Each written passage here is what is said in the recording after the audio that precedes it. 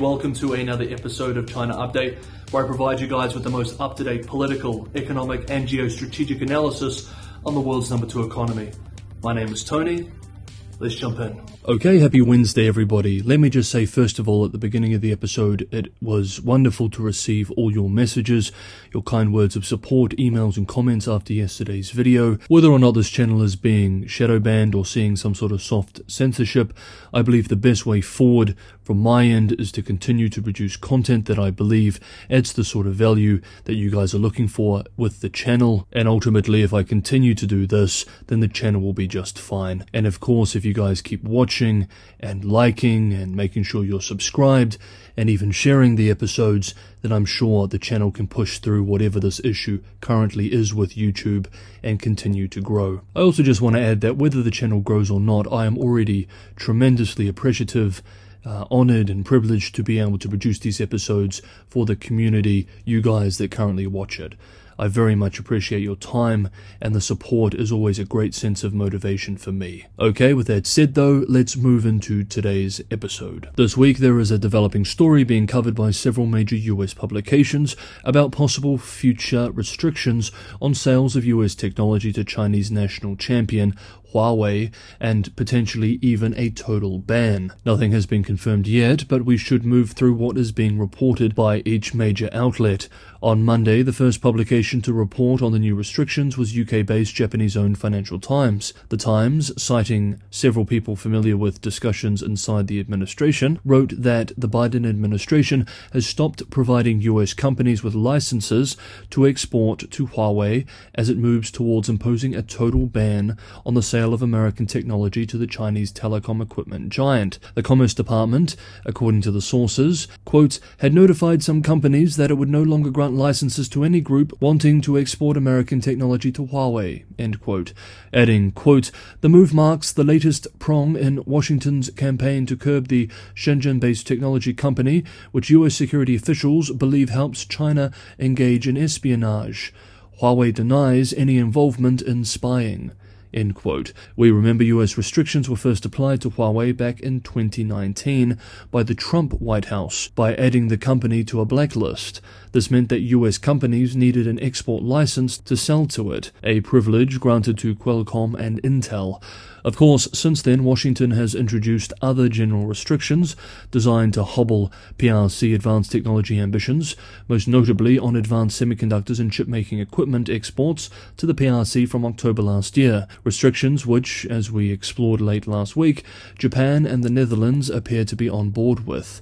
In December, the Biden administration placed several dozen more Chinese companies on its so-called entry list. Yesterday, several US outlets published more on this future would-be Huawei restriction story. These stories suggest, though, that the White House is still debating the policy decision. For example, Bloomberg writes, citing unnamed sources, that, quote, some officials in the Biden administration are advocating for banning all sales to Huawei, long suspected of ties to the Beijing government and Chinese military, as the administration debates whether and how to adjust its licensing policy. End quote. Then the Wall Street Journal reports that US officials have signaled to Qualcomm Inc. and Intel Corp. that, quote, this is a good time to wind down their sales to the Chinese company, end quote. Adding, quote, one of the ideas under consideration is to use more stringent controls that not only ban direct dealings with the company, but that also prohibit exports to other companies and intermediaries who then supply Huawei. That policy has the potential to suppress Huawei's dealings outside the US, given the extent US components are used internationally, end quote. Analysts are discussing the potential moves as well. Quote, this would be a really significant move. The actions by the Commerce Department are partly driven by the fact that Huawei as a company is a very different animal than it was 4 years ago when it was focused on 5G. End quote. The People's Republic of China Foreign Ministry, in response to all of this news, expressed yesterday, quote, such practices are technological hegemony that violate the principle of market economy and international trade rules and undermine the confidence of the international community in the business environment of the United States. End quote. Okay, next up, yesterday, Tuesday, the Russian Ministry of Foreign Affairs published a special release which, among other matters, stated, quote, China's President Xi Jinping visit to Russia will be the key event in relations between Moscow and Beijing in 2023, end quote. The statement did not give a date, but by itself it does strongly suggest that Moscow and Beijing have agreed in principle on a state visit to Russia by Xi. After all, Putin did invite Xi during a year-end video call in December. The trip would mark Xi's first visit to the country since June 2019, when he also attended a 3-day economic forum in St. Petersburg. As of the filming of this, Beijing has not confirmed whether a trip of this kind will go ahead or not. Beijing may be waiting until after US Secretary of State Blinken completes his upcoming PRC trip before making such a confirmation. On February the 20th, Beijing's top diplomat, Wang Yi, will also be visiting Russia. Perhaps the trip will be confirmed then. The Russian Ministry of Foreign Affairs in the same statement also expressed, quote, amid radical changes in the geopolitical situation, our countries have effectively managed to coordinate their foreign policy courses in order to maintain global peace and stability. We have been taking consistent steps toward fighting attempts by the United States to achieve global dominance by promoting the concept of a rules-based order. End quote.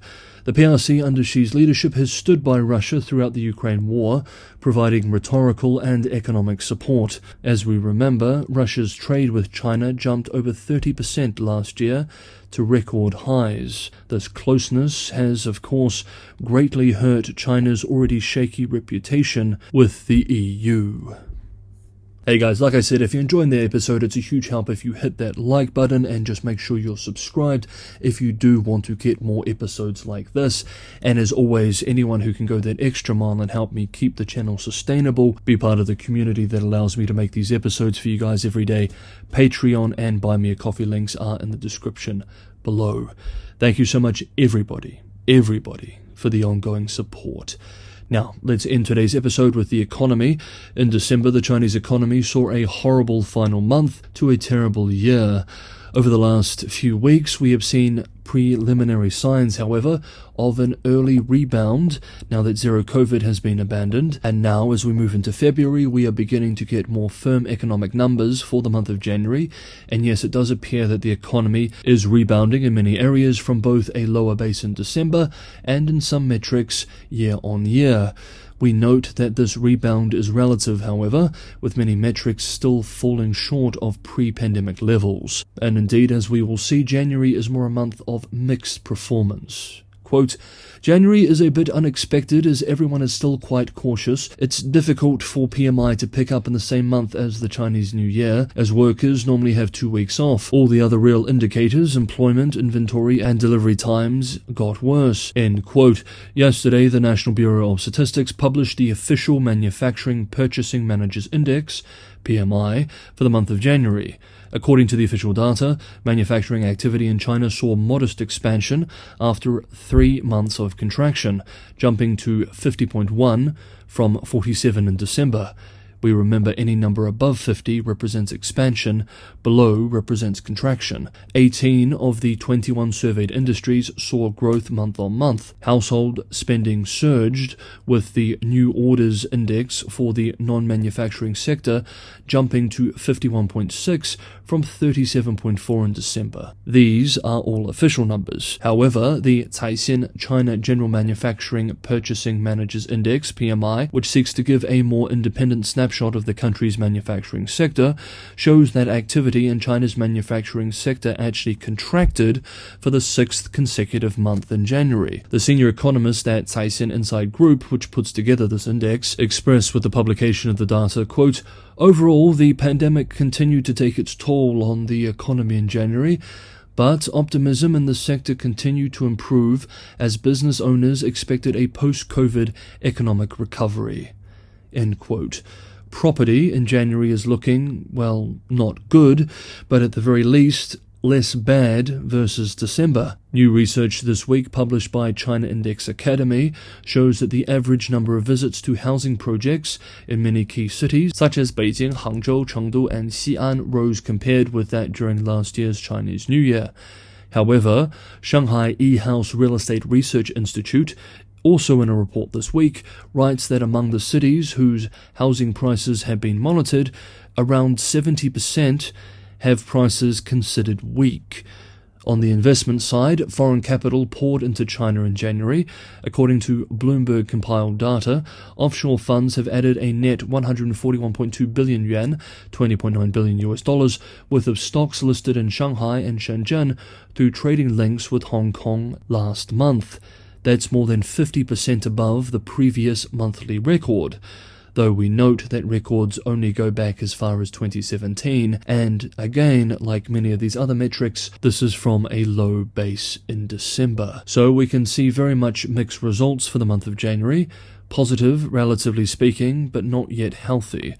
The earlier than expected rebound in consumption and other economic activity indicators has been enough, however, to impress some traditional institutions.